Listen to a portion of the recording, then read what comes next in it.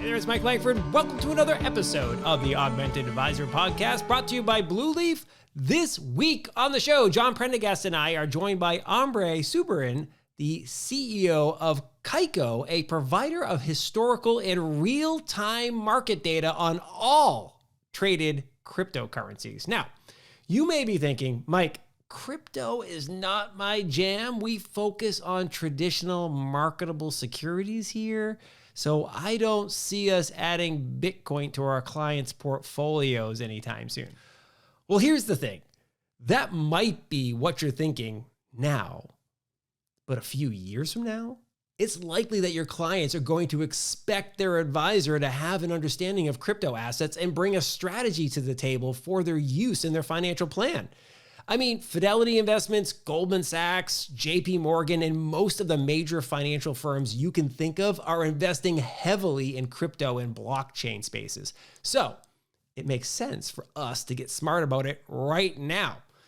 By the way, Ombre is one of the smartest entrepreneurs you will ever hear from. So buckle up. You're going to love this conversation. Before we get started, please make sure you take a moment to subscribe to the podcast on Apple Podcasts, Spotify, Google, Amazon, the YouTubes, or wherever you like to get your podcast jam on. And if you have a question or a suggestion for a topic or a guest for the show, please feel free to reach out on blueleaf.com or hit us up on the socials. Blue Leaf, John, and myself, we're all active on LinkedIn and Twitter. So we're super easy to find, and we would love to hear from you. Okay.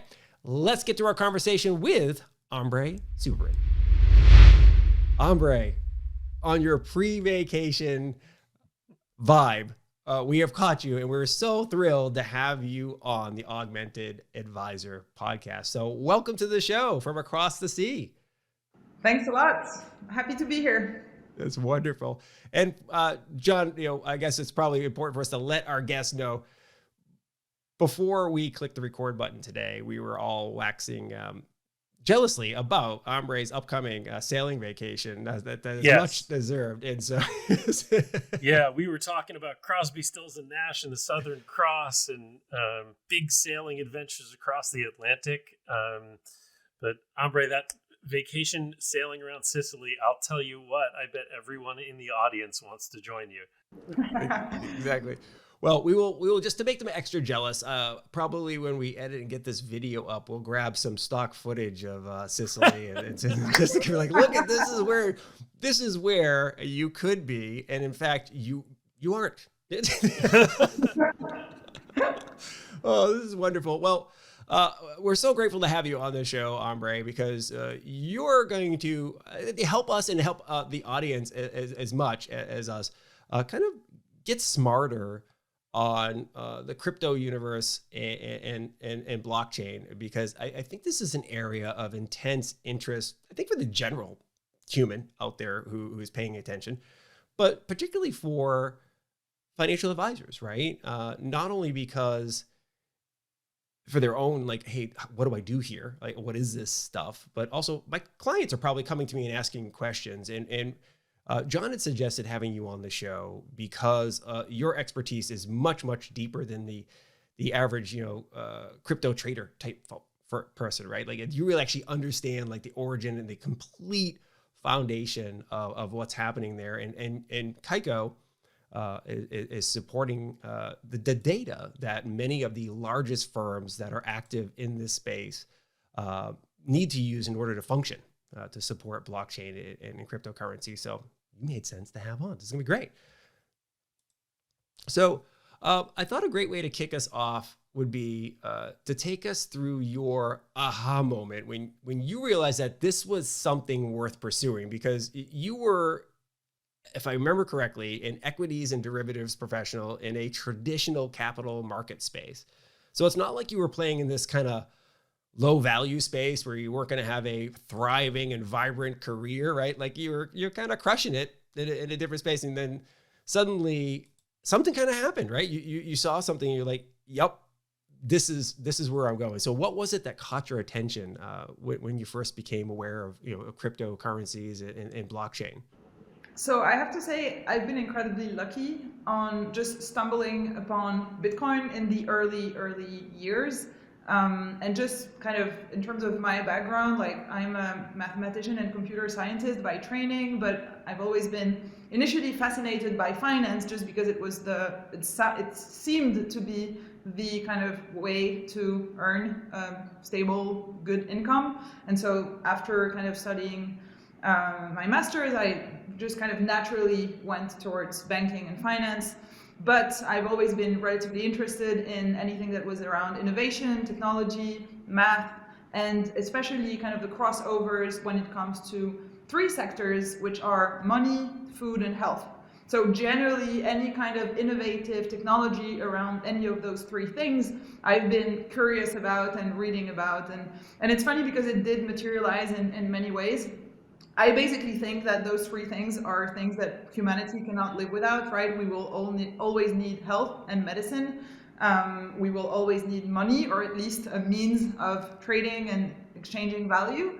And we will always need food. So those are kind of my three investment thesis. I'm not an investor, but they're kind of my personal, time is money, and that's how I invest my time, is reading about those three things.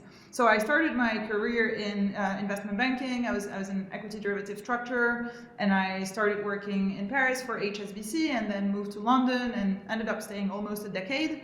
But I was kind of on the sidelines, always reading some really obscure, random blogs and geeky science things. And one of them was completely random. There was a math blog where they published the Bitcoin white paper, and that was back in 2012. So really in the early days, and I was like, it was called like this electronic peer-to-peer new kind of e-money, or I was just curious about, there is a new mathematical based kind of money. And that's how I started looking into it. And I was, again, lucky because I Googled Bitcoin in London and whatever, and I saw that there was a meetup organized in London a couple of weeks later. So it was really initially, just stumbling upon that, reading about it and saying, wow, that's cool. Actually, it's like computers, math, and money. That sounds exciting. And I went to that meetup, and it was really a very tiny, obscure meetup in kind of Brick Lane in London, underground, like in a basement, and there were not very many people. But it was people that were super passionate, people that had come from Canada and from the US to really kind of be Bitcoin evangelists and talk about the technology. And that's where I actually acquired some, what was called the first minted Bitcoins. So they're like silver coins that have a QR code on it. And it was physical, pure silver coins that represented the value of Bitcoin at the time. And I thought it would be a cool gift. And that's kind of my first Bitcoins. I bought those physically minted silver coins that had the Bitcoin logo on it. And I bought that as a Christmas gift for my siblings and my parents. And wow. I gave them that at Christmas, and everybody looked at me like, yeah, Amber is so weird. What is this thing?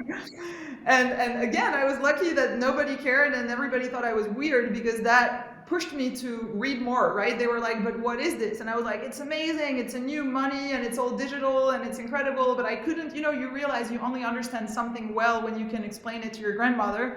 And I couldn't explain it, let alone my grandmother. I couldn't explain it to my mom. And so I was like, okay, I need to understand it. I thought, I'm dumb. I'm telling them this thing is incredible, but I'm not able to explain it. So I read more and more about it. And actually, that's when I realized there is potential what really interested me in the notions of Bitcoin, above the notions of digital money, was the notion of digital scarcity. So what the blockchain solved in the context of Bitcoin is this double spent issue. So there's actually, or the double spent problem. There's been decades of research around this notion of a sound digital money. However, the problem that you cannot fix is if I have a Word document and I send it to Mike, Mike has it, I have it, and we both have it, right? And if Mike sends that same document to John, the three of us have it. So thereby, there's no scarcity in the digital word. It's a very rare, or it's actually before Bitcoin, it was impossible to have a digital asset that you send, and once you've sent it, you don't own it anymore. And that is what blockchain solved, right? When I send a Bitcoin, I don't own it anymore. And this ability that the blockchain have of creating digital scarcity was absolutely fascinating to me. That was key to at least my personal interest and fascination for blockchain. And the way blockchain does that is by having those consecutive blocks, which is the blockchain sounds complicated. It's actually just a chain of blocks, and the latest block represents the latest state of the world with all the balances of all the different accounts. So in order to create a new block, if I do a transaction saying, hey, Ambre actually in block number 200 has a Bitcoin, and I send my Bitcoin to Mike in the block number 201, Ambre's balance will be deducted by 1 Bitcoin, Mike's balance will be credited by 1 Bitcoin. Thereby, if I try to send it again, it will show in the latest block that I cannot send something that I don't own anymore. And that I thought was fascinating. And it's funny because this is so basic and so easy to understand. You know, if I send a picture to 25 people, I still have it. You can't have a money that works like that. So it just would be nice, but doesn't work like that. So this notion of creation of digital scarcity is really interesting, and sometimes people miss out on that. And so when I understood that, I got really even more passionate, and I was like, well, actually, it's interesting. I live in the world of, you know, capital markets and banking, and we already represent assets in a digital form, right? Nobody's walking around with paper certificates anymore. Everything is digital. So I was thinking, how about we actually represent ownership of assets, any kind of asset, not just Bitcoin, using a blockchain. So I was really interested in this notion of how do you represent the ownership of assets, and how do you make sure that the transfer of that ownership is done in a transparent, secure, auditable, censorship resistant, blah, blah, blah way. And that was my angle for becoming so passionate about crypto. And I can keep on going, but maybe I should pause here. Well, no, that's great. I love it. You know what? There is something so wonderful, and for those folks who are listening who maybe haven't had this experience as much as I have, and I know John has, when you talk to an entrepreneur about their business and the thing that got them excited, if they don't do what you just did, which is just like boom, explode with excitement, probably don't be excited about investing in their business, because it's just, that's the way it should be. So I love it. I love it. Can we dive? John and I were talking about the digital scarcity thing earlier today, kind of on our own version of a prep call, and we had a fun time talking about it. And let's, you know, you hit on it a little bit, but how does that differ than what, you know, we in the financial world might be already comfortable with in the traditional banking or traditional wealth management space? Because it just seems kind of, you know, strange. Like, okay, so digital scarcity of ones and zeros, right? Of like, you know, like it's code, right? But then you know, the other question, you know, an advisor might be asking in his or her head is, well, my money does that. If I send you money from my bank account, my Bank of America account, to your Bank of America account, or whatever, you know, banking you use, you know, that's kind of works the same way. So what is it that, how does somebody process the difference, I guess? Does that make sense? For me, the difference lies in the decentralized aspect of a blockchain, right? Blockchain is a peer-to-peer network that is maintained by the masses, and nobody can actually forbid you or prevent you from doing a transaction. And nobody can impose limits on how much you can send, limits onto who you can send, and the system pretty much cannot fail. Actually, Bitcoin has been, you know, robust since 2008, so now over 14 years, 11 years. It's been like a while now that Bitcoin runs, and there has never been any bug, pretty much. And the strength of that network is the decentralized aspect of the network. I'm not actually against banks at all. That's not my point. My point is just that the strength of blockchain lies in the fact that the network is open, that the network is transparent, and that the network is decentralized. Right? So that is where the difference lies. There's a lot of discussions around what about just institutions and banks and capital markets actors using blockchain, right? So how about banks just using blockchain to represent ownership of an asset and the transfer of such ownership? And in all kind of fairness, when you think about the way your bank functions, or the way any kind of bank issues assets, be it an equity title or a debt security or whatever, There's been decades of financial engineering making processes marginally better, as in, we are not yelling at each other on a trading floor anymore with like little papers, up in the air, and somebody frantically taking notes and people on the phone. That's not happening anymore. Things are done much more civilly, in a way where there's phone calls, there's internet, we're not using fax machines anymore. So we've been literally improving the speed and the efficiency at which we communicate, but we haven't really rethought the actual steps, right? From how do we issue a security to how do we actually own a security or a part of a security, and then how do we sell or transfer that security on a secondary market. That's what the capital markets industry does, right? When there's any kind of institution that issues a bond, basically there's this primary issuance, and I'm not talking about the whole regulatory aspects here, because I don't think blockchain is in contradiction with the regulatory aspects. On the contrary, I think we should think of blockchain as a platform that is potentially going to enhance the way the IT systems and the way the actual back-end infrastructure and processes are done currently in the capital market space. So it's really about having, for the first time, a technology that enables us to do pretty much the same results, but in a more efficient, transparent, auditable way. And that's where I think there's an incredible value for blockchain for the capital markets industry. I really don't think that blockchain is going to kill the banks or the governments or anyone. I just do think that it is an enabler from a technology standpoint to replace a legacy IT system that is completely outdated and antiquated. It's funny, Ombre, when you talk about this idea of independence of the technology, the technology allows this idea of independence, and it creates this aspect of it being digitally native, right, from the ground up. It's not a conceptual copy of something that came before. While it's not going to kill the banks or that industry, it does seem to change their role pretty significantly, right? If you think about their role in attesting to the truth and value of something, now the truth and value is embodied in it, right? In the same way that it was in a bar of gold when we were on the gold standard. Yeah. So that's a pretty fundamental transformation of their role in the ecosystem, wouldn't you say? I completely agree. And there was a really old economist that covered Bitcoin, and it was called the trust machine. And that's really what it does, right? Blockchain engineers trust in a trustless society. I can send you a Bitcoin. It's a lot, but maybe a fraction of a Bitcoin.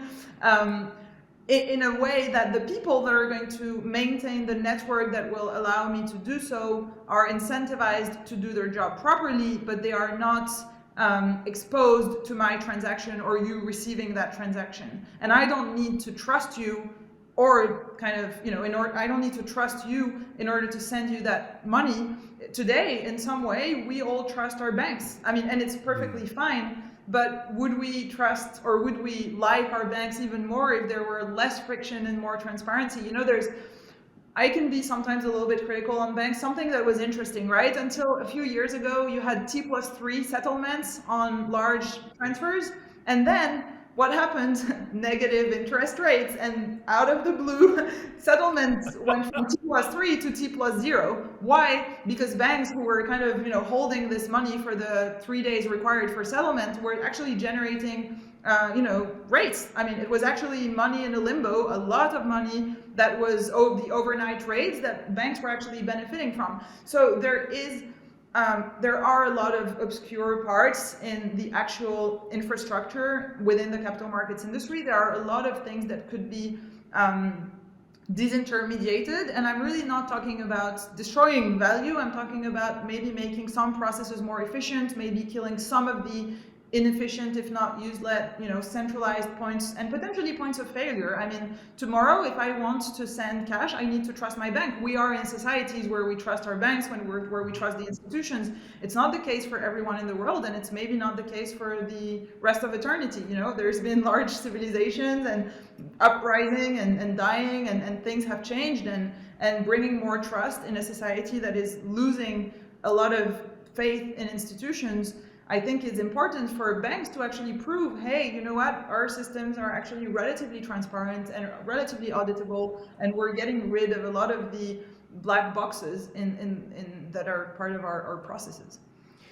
I love the fact that you brought up the trust element of financial transactions, because that was the first, for me, aha moment for Bitcoin and more broadly the concept of decentralized, blockchain powered digital currency. This guy Nick Sullivan, who's a founder of a company called ChangeTip, which was one of the early Bitcoin startups. And I met him at an event, and I had to ask him, like, listen, Nick, I don't understand this. My money's already digital. Like, I already have the ability to move money from place to place. When I swipe my card, to your point, like, I'm not carrying around bunches of money. And in fact, I have $0 in my pocket right now, right? So like, I'm all digital, and I have a bank and it works. And he goes, you know what, Mike, you live in America though. You live in a stable country that's relatively low on corruption in the financial and governmental sector. So you can trust your bank. He's like, but there are parts of the world, in fact, lots of parts of the world, where the citizenry would really rather the government have no control over their money, really rather not put their money in a bank. Think about Lebanon recently, right? Last year, it was a real, excuse my English, but it was a real shit show. And banks just froze assets. They were like, yeah, no, you're not doing anything. You cannot transfer money out of a Lebanese bank. You cannot withdraw cash. You can literally not do anything. And I have quite a few Lebanese friends, and they were all asking me about Bitcoin, and they were all like, I'm happy to buy Bitcoin at a 50% premium, or to sell my, Lebanese money at a 50% discount, however you look at this. But they were willing to do anything in order to get someone to give them Bitcoin so that they could actually get liquidity on their own assets. And this is something we don't always realize when we are in economies. I don't want to confuse the dialogue, because I don't want to give the impression that I'm anti-government. That's really not what it is. For me, there's the unit of account crypto angle that is also offering people that are in situations and economies where they are basically having zero control over their money, which this is clearly a problem, and Bitcoin is an alternative. And then there's the more kind of technology angle, which is about what we were talking earlier, in actually really stable economies using just a better back-end technology. I just don't want to confuse both messages, but one doesn't go without the other, right? What people are saying in those kind of economies where there's a lack of trust in their governments and their policies and monetary system is, I actually want something that is transparent and trustworthy, and something where nobody can say, we're gonna not allow you to take your cash. But I think it helps with reframing the understanding of like why this thing. So it is another reason why we're seeing such traction here, right? And so even if the listener or the watcher or viewer of this program doesn't fully get it in their own life, it doesn't mean, and I say this about a lot of stuff, right? Like, even if you don't listen to podcasts or watch a lot of videos on YouTube, it doesn't mean it's not happening, right? Like, and that doesn't mean that your customers and your clients, your prospects aren't doing that, right? So here in this scenario, look, just because you haven't yet invested in Bitcoin or aren't holding any crypto assets or haven't dipped your toe into understanding it, doesn't mean it's not actually happening and it isn't transforming big chunks. I mean, Fidelity Investments, JP Morgan, Goldman Sachs, all investing not just small in this space, or large in this space, and spending a lot of money and resources focused on the space. So it's really important. It's one of the reasons why John and I wanted to make sure we teed this topic up early in the run of this show. Let's John.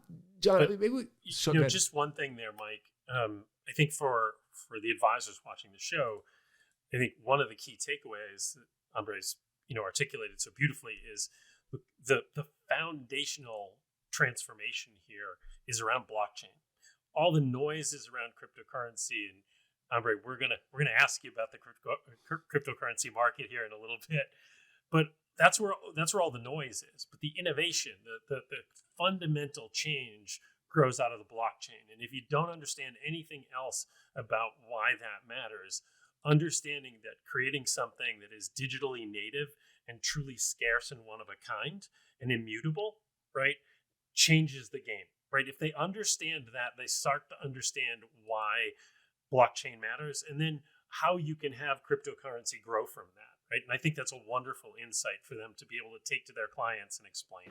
And there's one thing also that I always make a point of explaining, especially to more traditional investors, is, and I've suffered from that narrative when I was in banking, which at some point everybody was blockchain good, crypto bad. And it's a narrative that, gives me a bit of, how do you say that, where when your hair goes up when you're cold. Goosebumps. Yeah, goosebumps, just because in order for people are not dumb. Nobody works for free, right? Nobody does, unless it's for your family or your best friends or whatever, and at some point you get tired of it. Like, nobody really works for free. So in order to, it's a network-based system, it's a peer-to-peer system. If you want to get people incentivized to do things and to maintain a network and create blocks and do things properly, you need a way to incentivize them to do their job. And thereby, blockchains have a unit of account that is tied to each blockchain. So for the Bitcoin blockchain, the unit of account is Bitcoin. For the Ethereum blockchain, the unit of account is the Ether, right? And the word crypto sounds cryptic, sounds like, I don't know, somehow like for people it's scary. The word crypto sounds like you're gonna do some illegal stuff on the internet. Whereas we should stop calling it a crypto and we should call it the unit of account. That sounds much more, the Bitcoin unit of account, the Ethereum unit of account. This is how you are going to remunerate your miners and your peers and your nodes and everybody that is participating in the network. The two fundamental kind of economic principles that underpin blockchain technology are the notions of incentivization and consensus. First thing is you have to incentivize people in order to work. That's the first thing. And the second thing is, for anything to be approved, you need to have consensus. Everybody needs to agree.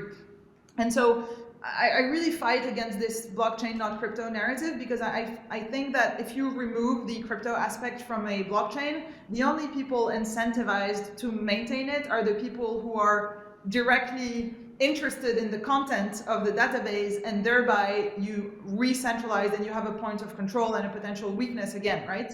So the unit of account component is incredibly important. And if you want to think about those are the two kind of economic principles, consensus and incentivization, and the three pillars of blockchain. What is a blockchain? I'm trying to do a triangle here. Yeah.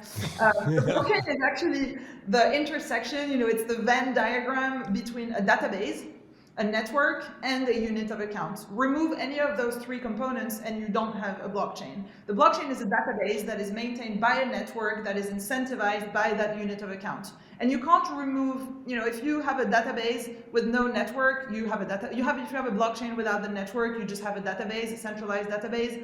If you have the network and the unit of accounts, I don't know, that's maybe just whatever, the music sharing systems or the streaming video sharing systems.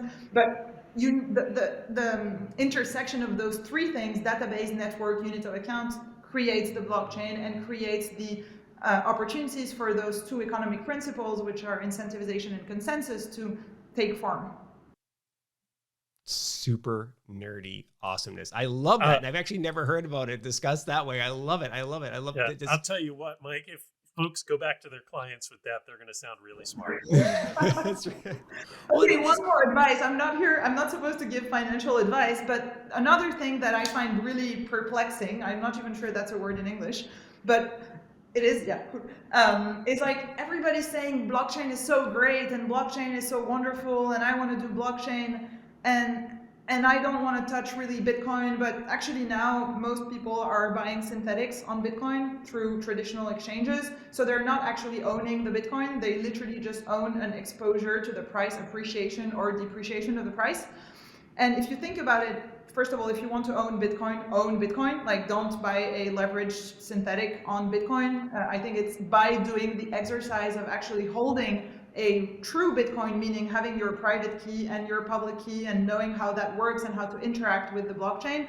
It's not that difficult, but I think that's important in order to understand what you do. So any asset manager, before buying Bitcoin on the behalf of your clients, what I would do is you can invest any amount in Bitcoin. You can buy $50 of Bitcoin. So just do the exercise of creating an account on an exchange, buying $50 of Bitcoin, having it on your private wallet, and living the experience of what it is to own a crypto, rather than buying it as if it was just another equity on a traditional venue. that's my first kind of piece of thing is it's really worth doing it, because then you'll learn so much and you'll be able to talk about it much better. And the second thing is spend time looking at Ethereum, because Bitcoin is great, but Bitcoin is the first blockchain. It's this kind of store of value, digital gold narrative, which is quite reassuring. But if you think about actual applications using blockchain technology, everything lives on Ethereum. And all institutions that are saying we love, blockchain fundamentals and what it means should be spending a bit more time trying to look at the Ethereum ecosystem, because this is where actual DeFi applications, where there's things that are being built, happens on Ethereum. So yeah. Oh, this is really good. So I want to dive into some of this. So John and I might serve this lob up for John, because I think this this is right in his wheelhouse. So I like softballs, Mike. This is good. We're talking about, and I kind of titled this section "The Volatile Elephant in the Room," right? Which is, they're financial advisors and maybe a lot of potential financial consumers who are thinking about Bitcoin or Ethereum might be a little shook right now because of the recent volatility, and there's always been a lot of volatility in these assets. But anytime, it's one thing to look at something that just seems to be going up like every darn day, and you're like, oh my gosh, look at this thing. And then it's another thing to look at something that, like, hey, a month ago that was worth $60,000 per Bitcoin, and now we're in the 30s. No other asset class that I have in my portfolio performs like that at the moment. And even if you can have some confidence that it's going up over time, I'm sure it's shaking you a little bit. So, let's talk a little bit about that. Maybe John, you talk about, like, what are your perceptions of looking at these assets and how advisors might want to process that type of thing? Yeah, well, we're going to get right back to our guest here, I think. But briefly, I think the issue here is this really an investable asset class for advisors, right? And can they yet think about it in that way?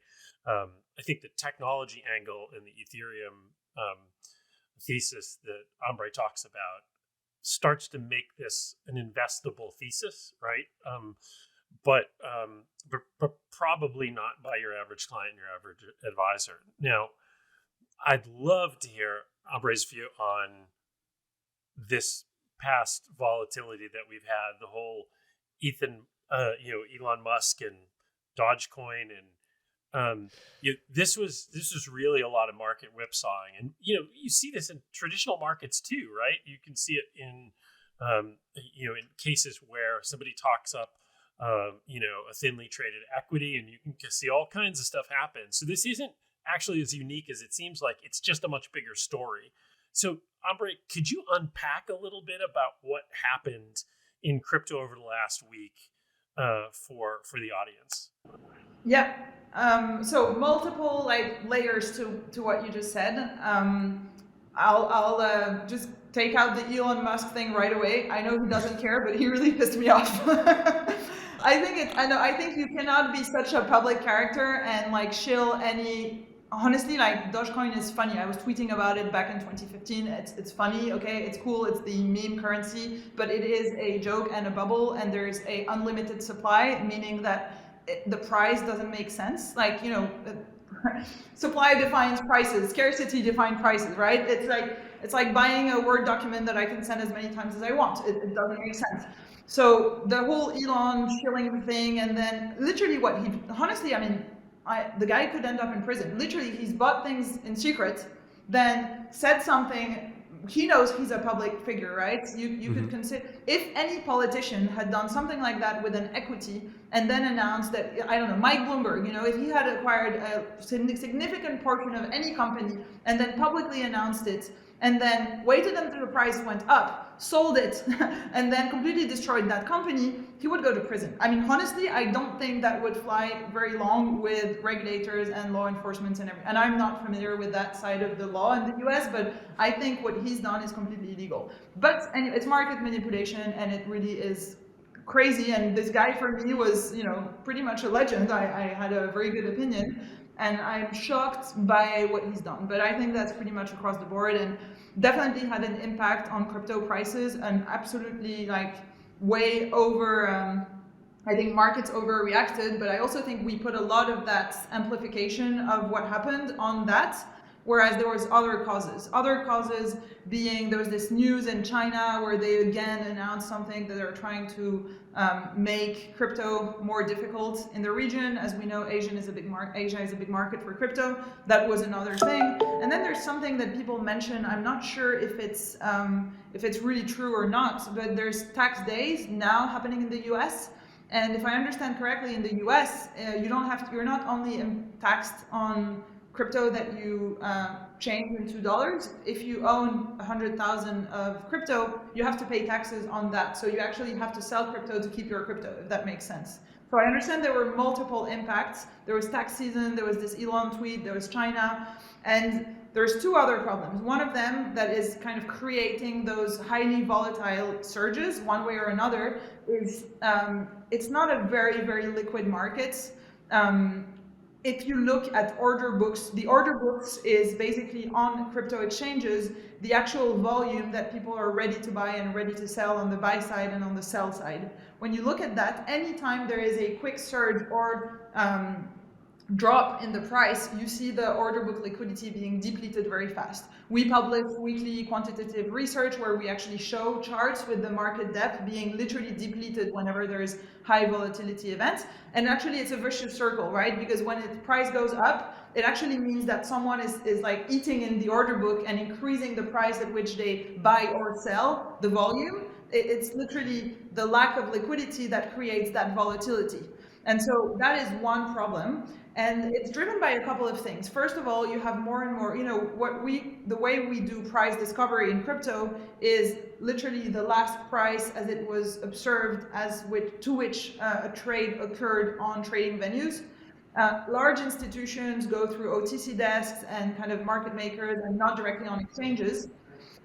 Exchanges are mostly retail volume, Coinbase, Kraken, all these guys, mostly retail volume. And the truth is there has been, and we've observed that through the data, less and less, the retail people don't want to sell, basically. A lot of people are actually just keeping their crypto because having one Bitcoin is actually not such an easy thing nowadays. So retail people are like, hell no, I'm holding on to that. And institutions are actually not on those exchanges. So liquidity goes down, and thereby the price is far less stable and more volatile. That's one problem. Second problem, leveraged positions and derivatives. All the institutions, and that comes back to every investor that is trying to have a synthetic exposure, those synthetics have to be backed by the person who provides the synthetic by physical, right? People are hedging their positions with physical crypto, and thereby when there's settlement of expiry of options, when there's big settlement days, all of that creates either a buy or sell pressure on the markets in an already relatively shallow market. And so that has a huge impact. Basically, the leverage effect of a lot of the institutional position is even more putting a strain on the system. So it's a combination of many things, and it kind of all happened at the same time last week. And that's kind of my interpretation of what happened. But I had the question last time, so what was the value of Bitcoin? Something like 2 trillion.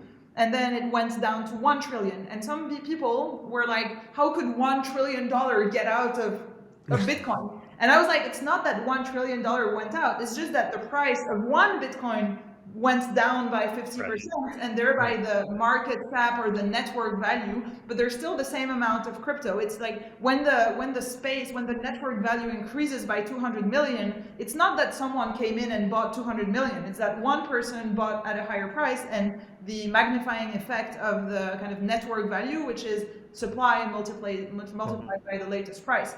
And this is something that sounds obvious to me, but there's this kind of media kind of impact of like, the space lost 500 million, whatever, bled out, or it's kind of a lot of sensationalist news that just makes everything worse. Yeah.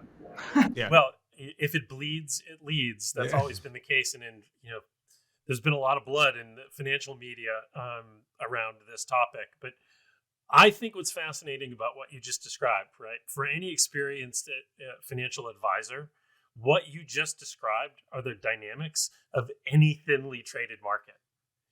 It looks identical to a thinly traded, equity security. And so in many ways, they could think about that. And if you could talk, I think one thing that would be helpful to sort of put some of this in perspective is, we talked about how shallow the market is here. If you could compare that shallowness of the crypto markets to, say, a broader market, maybe like U.S. equities, or pick your market. Just what's this different scale of the order books, or the different scale of the liquidity in the market at any given time? Honestly, I will refrain from giving an answer because I don't want to say anything stupid. However, what I want to say is, last year when every market dropped, there was this new focus on Bitcoin that was like seen as a hedge against inflation. And I was like, dude, like inflation is global economy and we're talking about $1 trillion asset class. Like it cannot support everybody hedging inflation on Bitcoin, right? At some point, like we're talking about something that is still relatively niche. And so it's definitely orders of magnitude smaller than clearly US equities and other traditional asset classes. What I love about that narrative is that it puts Bitcoin in a much better better light, and it shows the fundamental narrative around trust, scarcity, transparency, auditability, censorship resistance, anti-fragile systems, etc. So I like that it brings the focus on Bitcoin in a different light than like Silk Road and Darknet and whatever. But we still have to understand that it's still a small alternative asset class, hopefully a growing one. But Bitcoin is limited in what it can do also. Like I'm a huge believer in blockchain, and I think there's amazing things happening on Ethereum. There's other challenger blockchains that are really interesting, but we can't hedge the world's inflation on crypto. I don't think that's very realistic.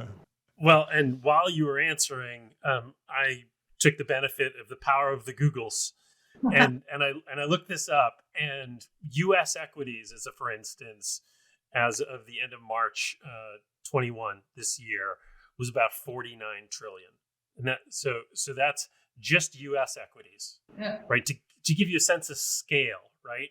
It's pretty remarkably different, right? It's and it's growing, and it's growing really fast to get to the size that it's at, and all, but it's not comparable, right?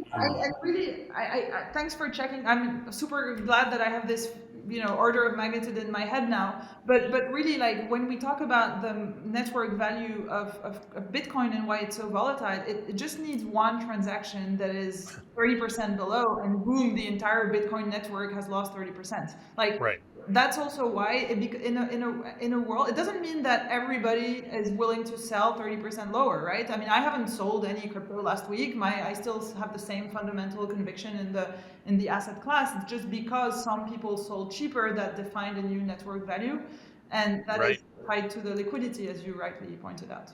Well, it's kind of like if you ever look. It's always a marginal price setting, right? Yeah. Everything's the marginal price, and. Again, same thing in a thinly traded U.S. security. Any individual security is going to have the same behavior. It's why penny stocks behave the way that they do, right? Now, that's not a fair comparison. Bitcoin, these crypto markets, vastly larger than a penny stock, but the dynamics of trading are very similar. And the amount of, I think there was a recent report. I should have done more, written down some data before this call. But if you look, I'd be curious to know, and I think it would probably be like less than 3-4%. The actual global supply of Bitcoin is something like 17 million right now. There's about 4 million Bitcoins lost forever. So let's say that there are 13 million Bitcoin that people hold in the world that are not lost or not issued. I don't think there's 3% of that on exchanges, right? So it's not something that, like when you look at the price, it's actually hard to base the entire network value on the back of the latest trade on. That's how you do price discovery. I'm not questioning that. It's just like, it's important to realize that this is still a fraction of the actual supply of Bitcoin globally. Yeah. It's this difficulty you get in pricing any illiquid asset, right? I remember way back in the day when derivatives were getting real creative, and I remember having to price inverse floaters tied to the LIBOR, and well, they didn't move. So you had to sort of calculate the price and sort of call around to find out who traded it last. And you basically estimate it. So this is a little better than an estimate, but it's certainly not a definite assertion of the value of Bitcoin at any given time. And it's still a very emotional space. When you have an annual report of a company, you know the assets, you know the revenue, you know the taxes they paid, you kind of know everything. And crypto, there's kind of it's a bit godlike because the founder, nobody knows who it is. And so there's this notion that, as long as you're a believer, it's fine. But as long as the price goes down, you start doubting. And because I believe there's a lot of fundamental value in everything that blockchain represents, but a lot of people just are questioning this. They're saying because it's entirely digital and we don't know who's behind it and there's no CEO of Bitcoin, like what's the fundamental value, And so it's a very emotional space. I find it brilliant. The fact that nobody knows who is Satoshi it gives a godlike aspect to this new potential global digital currency that, so it makes the whole thing a little bit more intangible and emotional for people to, when price goes down, justify holding. And especially when it comes to institutions, because retail people can have this kind of, belief and conviction, and they're not going to change, and a drop is a drop, and huddle through the nightmare and everything. An institution has they have reports, they have investors. They're like, yeah, -10, we cut our positions. So it's also a different structural investor base in the past. And there is a rational driver for holding Bitcoin, right? If you think, and this is true really of any hyperinflationary currency, right? If a currency or the reverse, deflationary currency, if the value of what I'm holding is going up, right, and it keeps going up and it goes up really fast, why would I want to let it go, right? You just sort of simple rational. But then you couple that with all the emotional drivers you've talked about, and you can see why people hold on to that stuff very tightly. Yeah. So, before, I know we're getting close to the end here, but I wanted to make sure we've kind of tiptoed around this a little bit, but it is the concept of Kaiko and what you're doing with data, and I kind of titled this section "Datalicious," right? Because I love to nerd out on data. This is one of my you talk about things that you like to geek out on, and I'm not a data scientist by any means, but I am constantly fascinated by businesses that realize there is value to be had here by being the data source for something, right? Or being a resource for data analytics, for understanding all this volume. So you have a really great origin story for how Kaiko came to be your startup. So I wonder if you could take us through that and then kind of just walk us through a little bit about what it is that Kaiko is doing for the market and why that's important. Yeah. So Kaiko is basically an infrastructure data provider in the crypto space, meaning that we gather market data, executed trades, every single executed transaction across every crypto exchange in the world for any market. What we call a market is a pair, such as Bitcoin dollar is a market on Kraken. Bitcoin dollar on Kraken is a specific market that has its own demand and its own offer and its own kind of market structure. If you compare Kraken Bitcoin dollar with Coinbase Bitcoin dollar, you will have the same asset being Bitcoin traded against dollar, but you will have natively a different market structure, right? Because just the people that have an account on Coinbase are not exactly the same that those who have an account on Kraken. And so thereby you get different execution prices and a different offer and demand curve. So we cover every possible pair. So Bitcoin Euro, Bitcoin Yen, Bitcoin Canadian dollar, Bitcoin everything, and also all the other crypto against every other possible combination of assets across all possible markets. And we cover spot trades, which is literally I buy something against something else, but we also cover swaps and derivatives and futures and options and pretty much anything that is tied to a crypto instrument. We gather all of that information, then we standardize the data so that it's consistent across all markets. And then we store that, create a whole suite of analytics, some of them derived from trade data, such as VWAPs or candle chart data or composites across exchanges.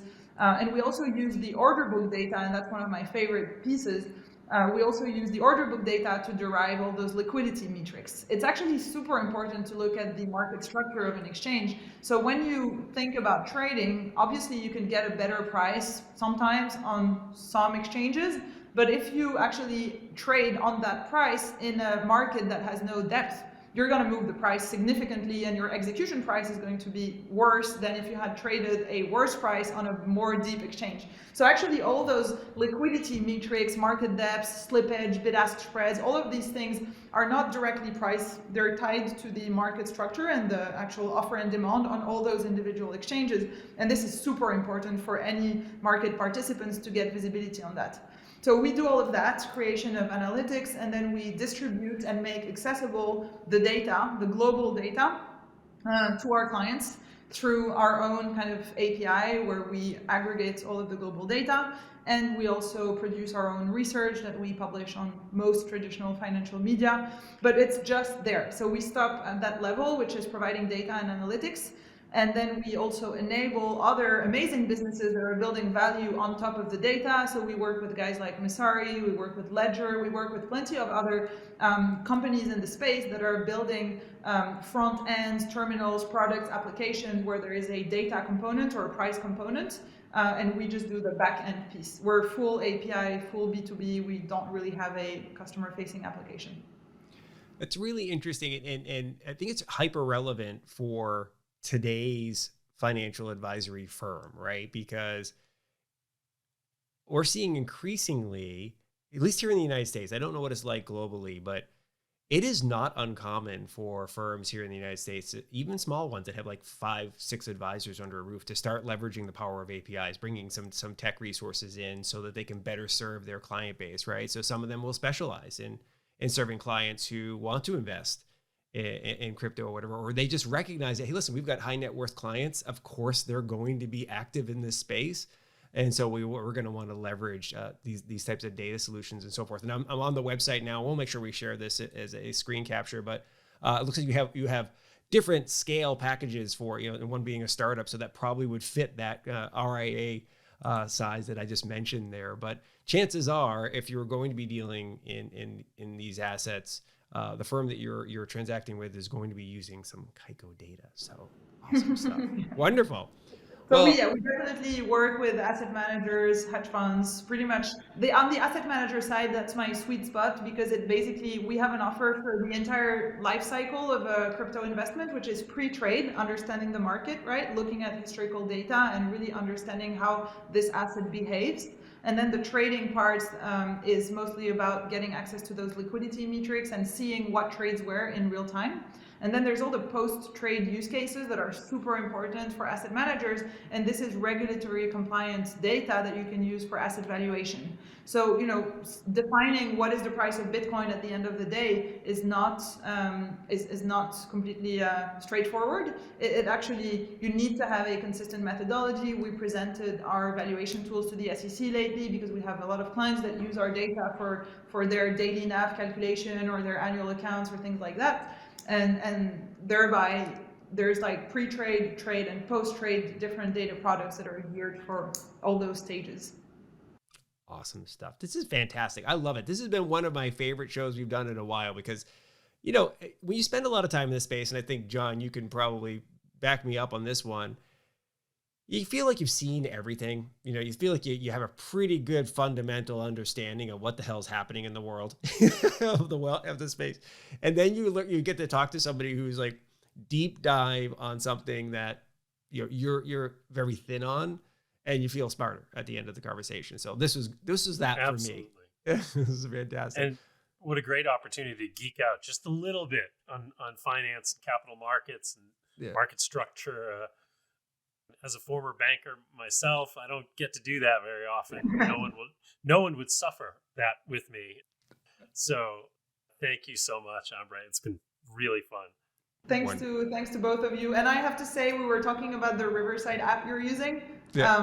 you can cut that off if I'm not supposed to mention the app. That's But I love it. No, it's all good. I love it because on the top left corner, there's a little thing that says the recording looks and sound much better than what you see. So I'm like, it's very reassuring, you know, it's very like, you're actually doing a great job with this. I actually know it's funny that you say that. I like that too, because it is, before we clicked the record button today, we were talking about how, on my end, we're experimenting with a lot of different solutions to try to find the one that really works best for the guest, right? The one that works best for me doesn't necessarily mean the guest is having the best experience. And that is a really, really nice touch of letting the guest know, like, don't panic. You look fine. Because that happens with some of the other solutions I have. The guest will be saying, hey, listen, things feel delayed. I look choppy or whatever. And I'm looking at them on my screen like, you look beautiful. I don't see what you think is happening. So I'm glad you like this one. We're gonna keep rolling with this one until it tells us not as good for what we need or something better comes along. Well, Ombre, thank you so very much again. I'm sure some people are going to want to follow up with you. We'll link up to kaiko.com. Is there any other place you'd like people to follow up with you, or you're active on LinkedIn? Ambre@kaiko.com is perfectly fine. Twitter on our Kaiko account. We're quite. I make a point of honor of being quite good at replying to emails. So any email at hello@kaiko.com will be addressed as well. Perfect. And if it takes a little while to get back, because she's sailing, she's doing some sailing. She doesn't want to. She's absolutely enjoying some stuff. So give me 2 weeks. Exactly. All right. Well, wonderful. Thank you very much. Enjoy your vacation. Thank you very much. Bye-bye. Bye-bye. Thank you very much for listening to and/or watching this episode of the Augmented Advisor podcast. It's always fantastic having you with us. I hope you enjoyed the show as much as I did, and I hope your brain is on fire just like mine is, because I learned a ton doing this episode. Huge thanks to Ambre Soubiran of Kaiko for dropping the knowledge bombs on us. Fantastic stuff. This is such a fascinating space, and as I mentioned at the top of the show, it's likely going to become more and more important for advisors to have a really solid understanding of crypto and blockchain. So I have a feeling Ombre will be joining us on a future episode as this space matures. Also, as I mentioned at the top of the show, please do make sure you subscribe to the podcast on your favorite podcast platform or YouTube, or both, right? Get it on Apple Podcasts or Spotify. Head on over to YouTube, click the subscribe button there as well. Give us a like, give us a comment. Love to hear from you. And by the way, do us a favor while you're online. Make sure you give the Blue Leaf page a follow on LinkedIn. We are sharing every episode of the show, along with other stuff, on the Blue Leaf feed there on LinkedIn. And we're building quite the community, and we'd love to have you with us. So please do make sure you follow and comment and just be a part of the community. Love to hear what's going on with you and your business. And maybe if you're interested, maybe you can come on the show sometime. If you've got some good stuff to share with the world, we'd love to hear from you, okay? All right, that's it for today. Please make sure you're staying safe and be nice to each other. We'll see you next week on the Augmented Advisor podcast. See ya. Bye.